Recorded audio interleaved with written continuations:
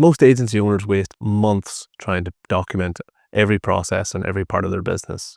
In reality, I think you just need 3 fundamental systems that will help you run your agency. I'm going to take you through what they are and explain why each of these is really important. I've worked with dozens of agency owners at this point, and at some point in the journey, those owners feel the need to or are inspired to document or build processes and systems, which is great, but in reality, they often overcomplicate this.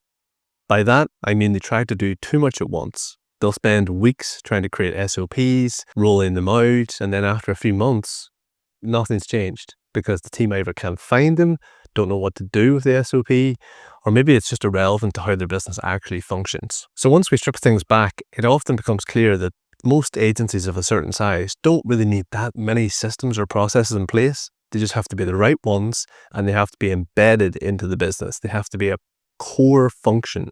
They have to be a thing that the team can follow easily and something that the team actually needs or actually enjoys doing day to day. So today I'm going to walk through 3 systems that I think will fundamentally help an agency owner run their business and remove layers and layers of chaos and confusion for their team. So the common advice on this front might be, look, you need SOPs. If you don't have them, your business can't function. To be honest, it's too generic, it's too broad, and it's not that useful. And more often than not, people interpret that the wrong way. So an agency owner will hear, I need to build SOPs, and they'll think, document everything at once. Hiring processes, client management, sales process, onboarding process, the system for actually delivering the client work. In isolation, each of these things are not unimportant, but the reality is it's a lot, especially when you've never done this before. To start from scratch and build out systems or processes so that these core functions of an agency actually work the same way on repeat. There's also a bit of a misconception in my view of how agency owners actually interpret processes and systems. I think there's a bit of a stigma around doing this. It's going to stunt creativity, it's going to slow us down, it's going to make us more corporate. And in reality, that's definitely not what this is about. If anything, it's the opposite.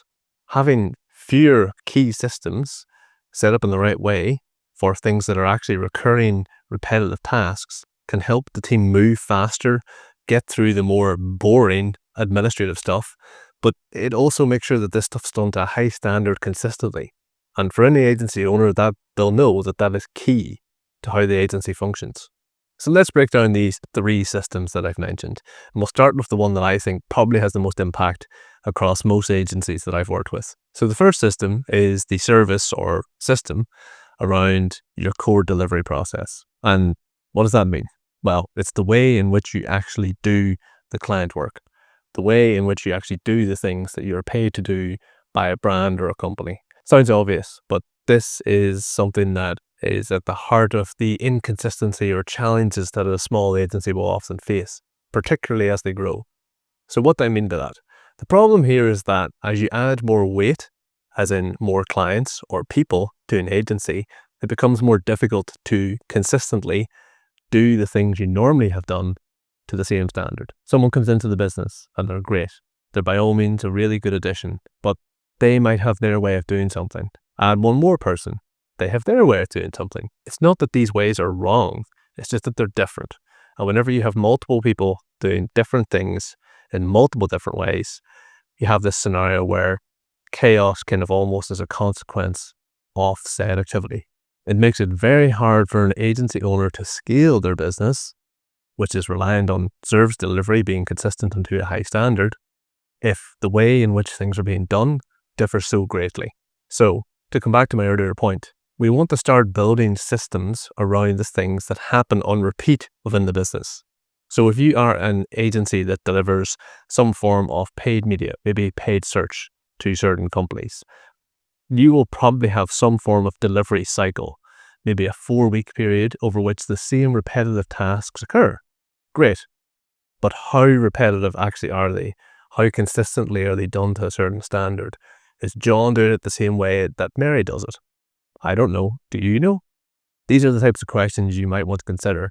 But fundamentally, when it comes down to building a system around that core delivery, then it's going to be a case of understanding what is happening currently versus what should happen, and how do we make sure that that does actually occur. To get started with this, it really begins with a bit of a process mapping exercise. So for me, there are really two stages to this. One, quite literally listing out what currently happens. Not what we think should happen, not what happens sometimes, what is happening. It's basically a bit of a status check.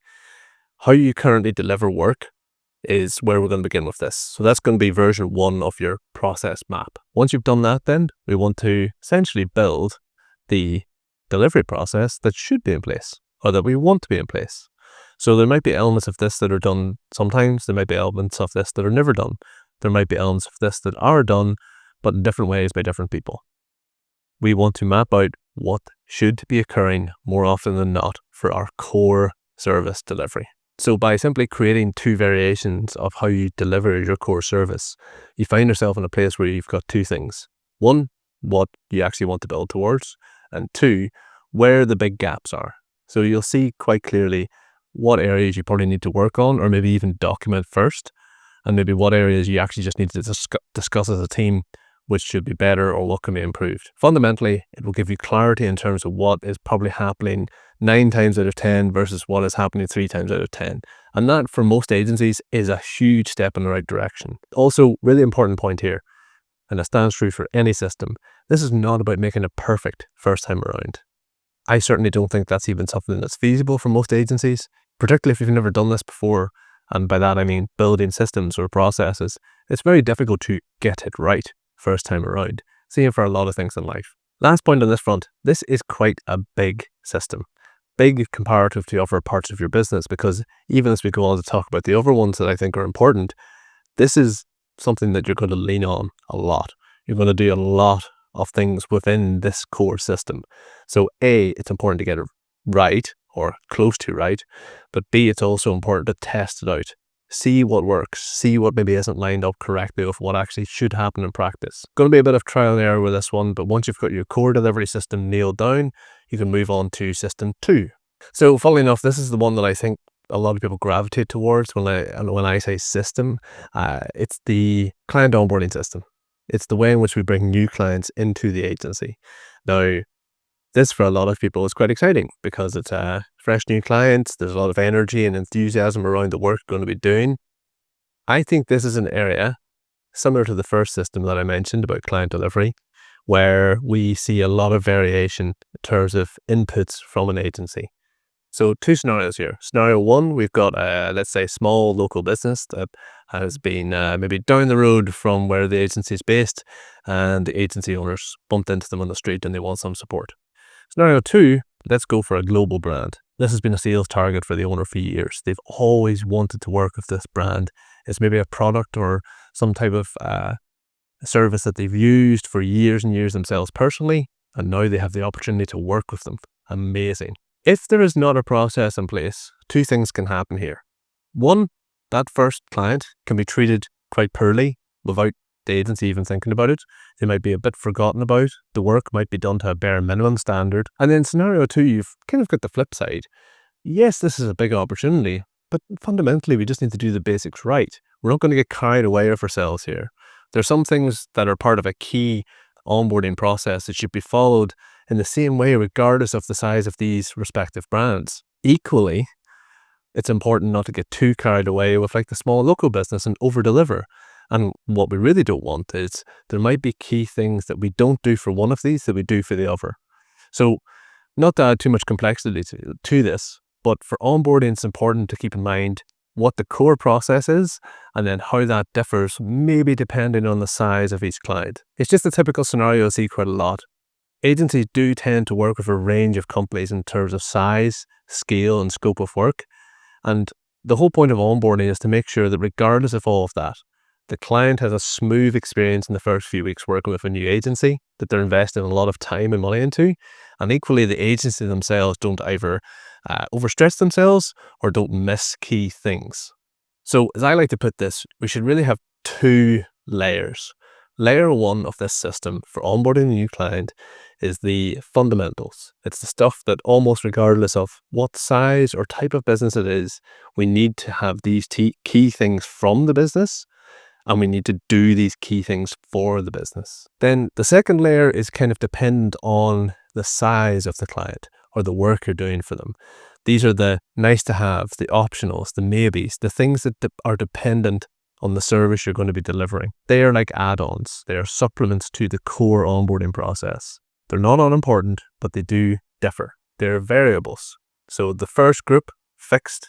Second group, variable. Both important to consider as part of this system. But fundamentally, the most important thing here for me is timeline. Your goal as an agency is to get a new client onboarded as smoothly and as efficiently as possible.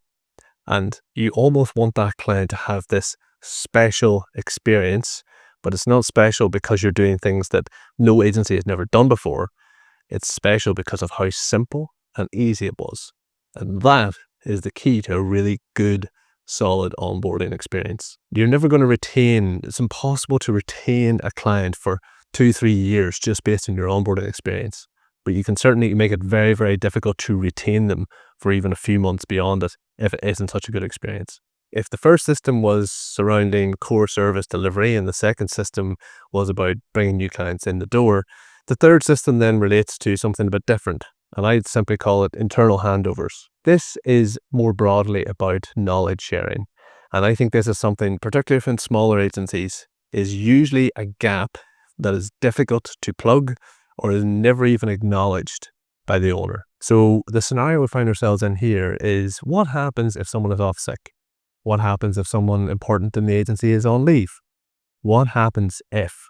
Generally, there's no system in place to account for that what if. Call this a contingency plan, call this a backup plan, call this a simple process to make sure that things aren't lost in translation, whatever you will. This system is for making sure that no matter who's off or who's where, or who's doing what, your clients are served to the same standard as well as possible. Typical scenario that every agency owner has seen within their business. Account manager, maybe a head of campaigns or head of creative, is offline. Let's say they're away on their honeymoon for 3 weeks. They did a handover. Great. They let the team know what's the big stuff coming up. The owner's aware of things, etc. All good, right? In theory, yes, but in practice, no. Week 2 comes around. There's a big project deadline coming up. A client asks a question about something pertaining to that work. Nobody has a clue what's happening. Nobody even realizes what the question relates to.